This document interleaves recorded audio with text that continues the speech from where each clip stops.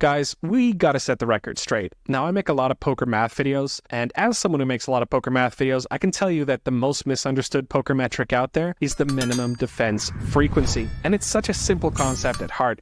MDF just tells you how wide you need to defend to prevent your opponent from profitably bluffing. However, this simple concept is rife with myths and misconceptions, and we're gonna clear those up today. We'll start with some basic mix-ups. So beginners will often mix up MDF and pot odds. One is the risk reward of bluffing, the other relates to the risk reward of calling. Another thing people often mix up is MDF when facing a raise. They'll just plug in the wrong formula. But guys, I've just made a video about this. It's not what I want to cover today. No, I want to cover the myths, the misconceptions, if you will.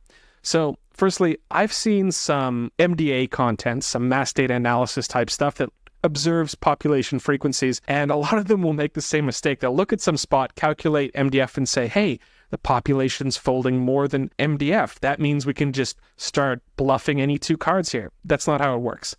You're probably using the wrong formula. Right, so MDF is different when bluffs have equity. Another thing that some wiser poker players might tell you is that GTO always defends less than MDF. And I understand why people think this, but it's not really true. And I'm going to show you why that's the case today.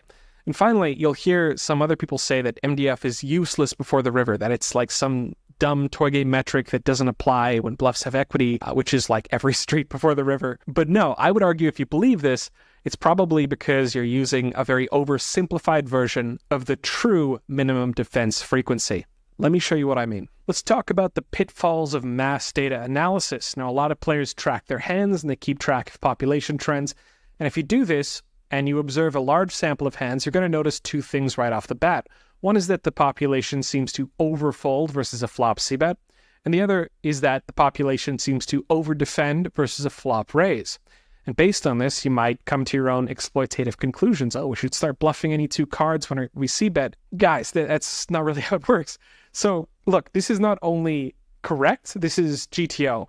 All right, I'm going to show you why this is the case. All right, so let's say you're playing a 100 big blind cash game. Hijack opens, big blind calls. Flop doesn't matter. I'm going to use aggregate reports anyway. And the reason is I want the aggregate trend across all possible flops. So we'll say that hijack puts in a third pot down bet, and across all of these different flops, big blind is folding 41% of the time. Now, question to the audience, what is the minimum defense frequency? Take a moment to calculate your answer.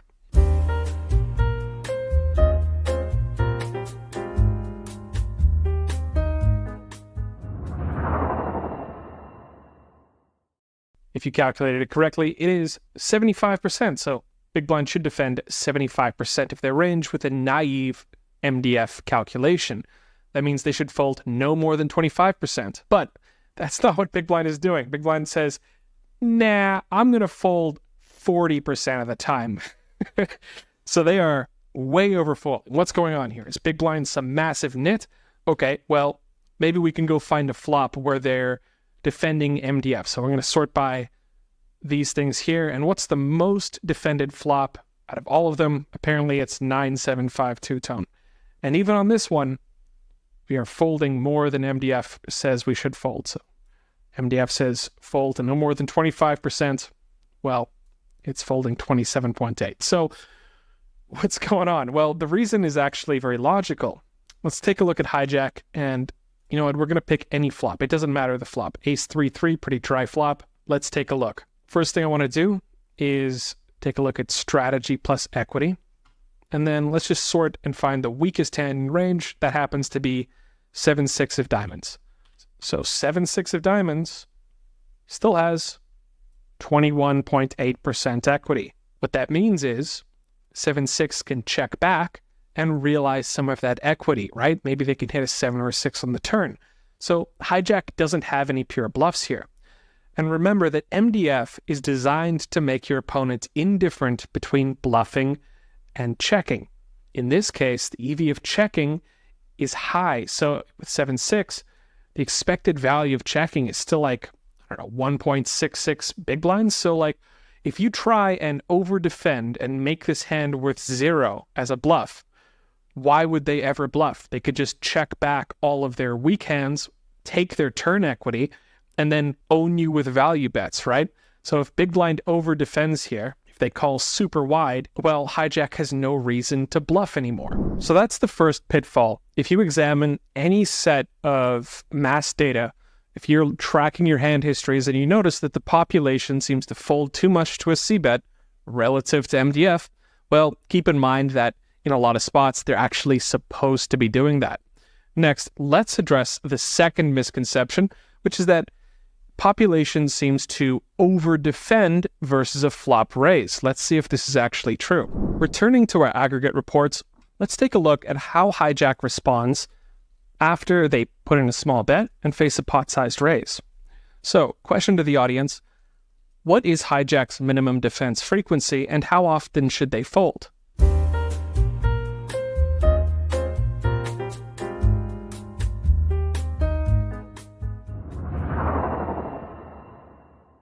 Well, if you've seen my poker math video, you'll know how to calculate this.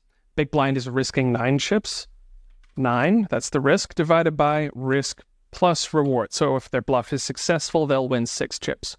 9 over 9 plus 6, 9 over 15, means that big blind expects hijack to fold 60% of the time and defend 40% of the time. But that's not what's happening, is it? If we take a look at the aggregate folding frequency across every flop, we can see, on average, hijack is actually defending way more often than MDF would dictate, or folding less often, depending on how you want to look at it. Hijack is calling much wider in this case. And so if you're just looking at like a HUD or a poker tracker, and you take a look at your population data, you might notice, if you have a big enough sample, that, oh, would you look at this, the population seems to be defending too wide versus a check raise. Well, time to start nut peddling, but this is exactly what's supposed to happen. Let's take a look at an example. Why is this the case? So here, again, we've selected hijack versus big blind, same line, and I've chosen a Queen Jack 8 rainbow board.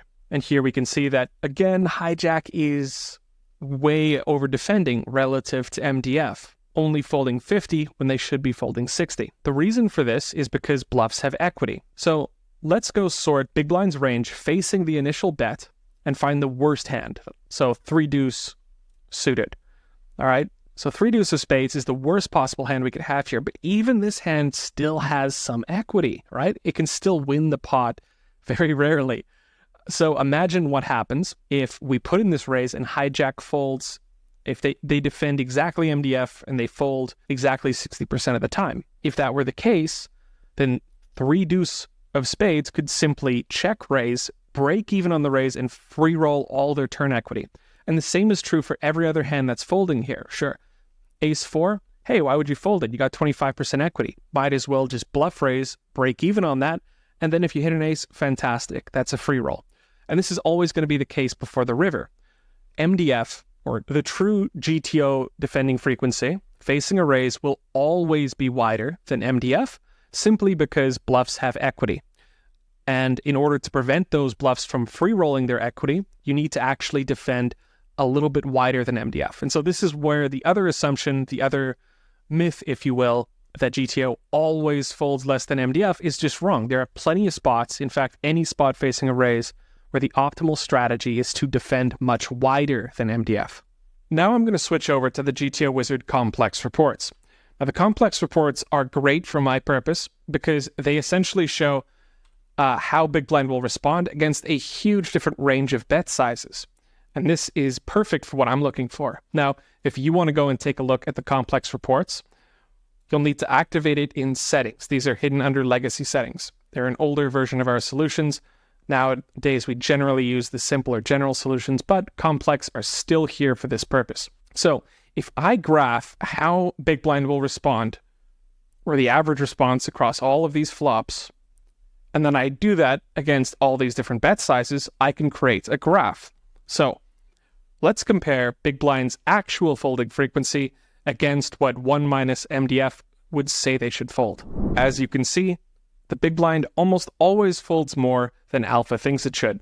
And so this blue line, this represents the GTO folding frequency against different bet sizes on the x-axis and the folding frequency on the y-axis. And so I've graphed this against the alpha folding frequency. Recall alpha is just 1 minus MDF, so how often we think they ought to fold using our naive MDF calculation. And we can see that GTO is always folding more often, right? And it doesn't matter how big the bet size is or what the flop is. This is just the math of game theory optimal poker. But let's switch over to a different spot now.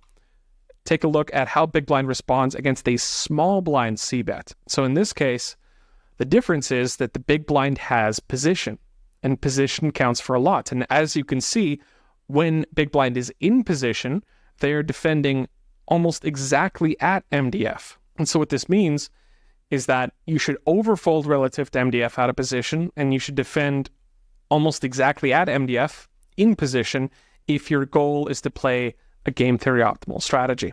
All right, so the main three trends to know are that GTO overfolds to a c-bet out of position, GTO defends at MDF in position, and GTO overdefends versus a raise from almost all positions.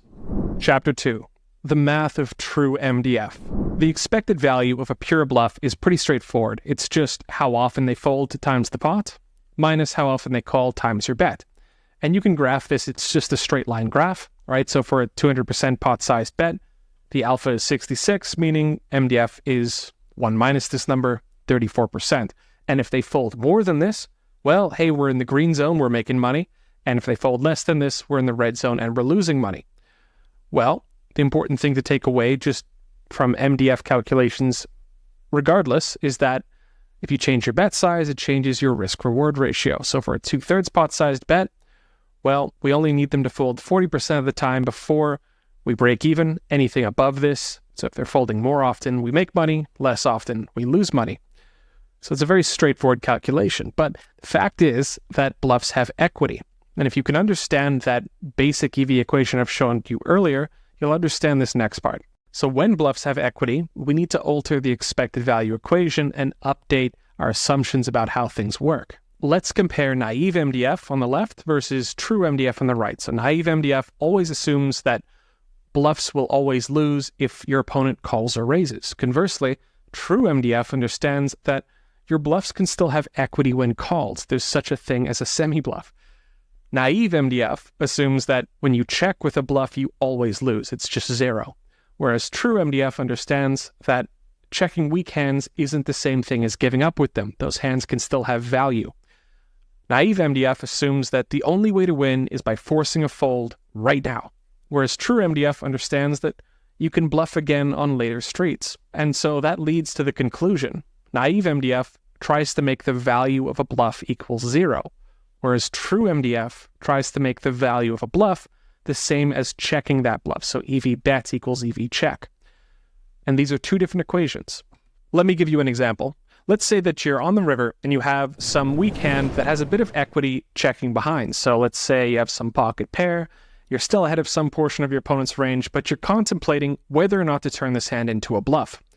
How much fold equity do you need in order for this bluff to be good, in order for it to be better than checking behind?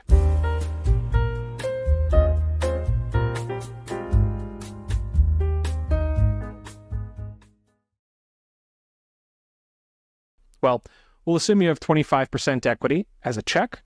Therefore, if we put in a half-pot river bet, we need to make the expected value of bluffing equal the expected value of checking. And the reason we do this is to find that break-even point. So we want at least this much, preferably more fold equity. So 25% pot is equal to how often they fold times the pot, subtract how often they call times your half-pot bet. Replacing the variables, fold percentage can be written as a function of call percentage, and the bet can be written as 0.5 relative to the pot of 1. This leaves us with one variable, easy to solve using some simple algebra, just rearrange to find that the optimal calling and folding percentage is 50%. Now, comparing this to naive MDF would just blankly assume that your hand is worthless as a check, therefore you only need them to fold a third of the time in order for turning it into a bluff to be good. True MDF understands that your hand has value as a check, and therefore you need more fold equity in order to justify turning it into a bluff, right? And so instead of needing 33%, now we need 50%. The true MDF formula compares the expected value of checking against betting. In the expected value of betting, previously we've assumed that when you get called, your hand is dead. But the true formula understands that hey, you know what? You could be semi-bluffing. You could have value even if you're called or even if you face a raise. So for my next example, I'm going to show you how this works with a visual rather than just typing formulas at you. So for this example, we're going to simplify this equation a bit and remove the raise term. So we'll only look at the expected value of betting versus checking in a situation when your opponent will either fold or call. Here's a graph I've built that shows on the x-axis your expected value when called, and on the y-axis how much fold equity you need in order for betting to be better than checking. And so we can confirm this for, let's say, a weak hand. So right here I have it at -1, indicating a pot-sized bet with a pure bluff. EV when called is -1, therefore you need your opponent to fold half the time, 0.5. Let's say you put in a half pot bet, EV when called is -0.5, meaning when you get called you lose your half pot bet, and you need them to fold a third of the time. Now, watch what happens if I increase the expected value of checking. Let's say that checking is now equal to 25% of the pot. So you expect to win a quarter of the pot on average when you check. That's what raising and lowering this means. So checking EV 0.25. Now all of a sudden, well, we need a lot more fold equity, right? So this assumes that if we get called, we lose our half pot bet.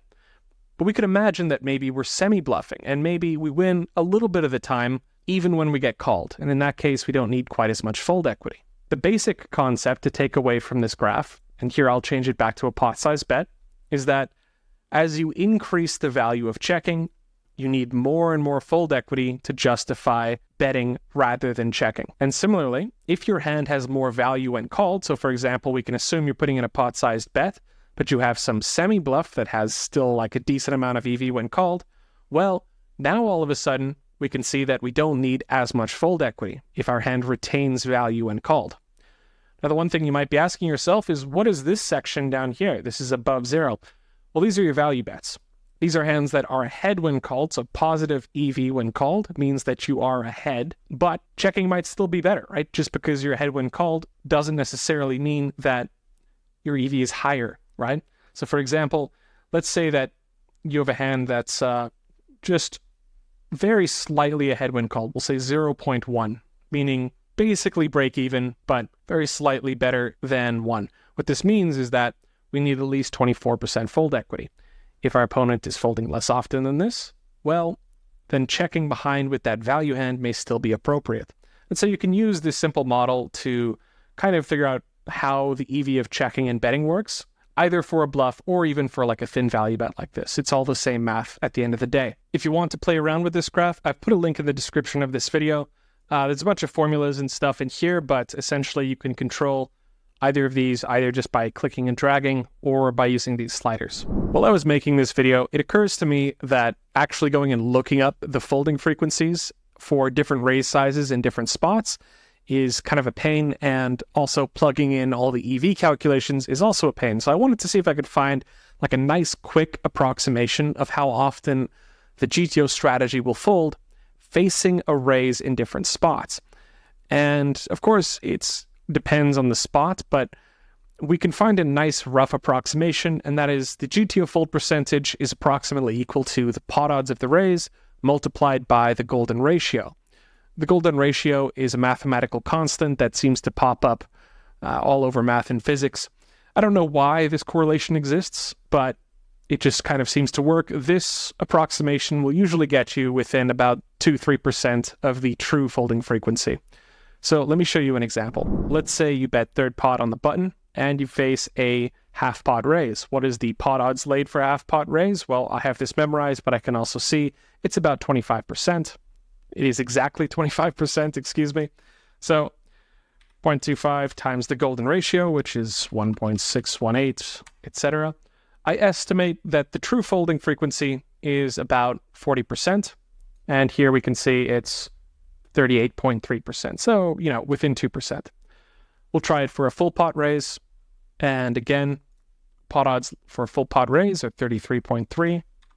This is convenient because I already have my pot odds memorized, as every good poker player should, multiplied by 1.618, and that's going to give me an estimate of about 53, call that 54%, which is within 0.5% of the true folding frequency. I don't know why this correlation exists. Realistically, you could just round it to like 1.6 or 1.7 and get a pretty good estimate. There is some math that connects, like MDF and pot odds actually intersect at the golden ratio if you graph it by bet size, but I'm not sure if that's why this is happening. It's probably just coincidence that this approximation seems to work well. Regardless, if you're just looking for a quick estimate at how often your opponents are supposed to be folding versus some raise size, that one will get you reasonably close. Let's summarize what we've learned today. So the biggest takeaway for you is that there is a big difference between naive MDF and true MDF because bluffs can have value. A bluff is not always going to be worthless, and therefore the defense against the bluff, or how often you should defend, is going to be a function of the expected value of betting and checking. You need more folds when checking is valuable. So if you're considering turning a made hand into a bluff, you need them to fold more often in order for that to be a viable strategy. Conversely, you need fewer folds when drawing. So a draw doesn't need as much fold equity in order for betting to be better than checking. But at the same time, a draw often has value checking back as well, keeping your opponent's range wide, etc., etc. The key trends when analyzing how GTO responds is that GTO tends to overfold to a c-bet out of position, especially on the flop. GTO tends to defend at MDF in position, and GTO over-defends versus a raise in all positions, in all spots, before the river. Now, I understand that this was more of a complex topic. I usually try and leave these for the private coachings, but I figured the YouTube audience would like it as well. If you need something clarified, feel free to ask questions in our Discord. Our Discord community is great for people to join and learn more about game theory optimal poker. And of course, feel free to leave a comment on the video if you need anything clarified.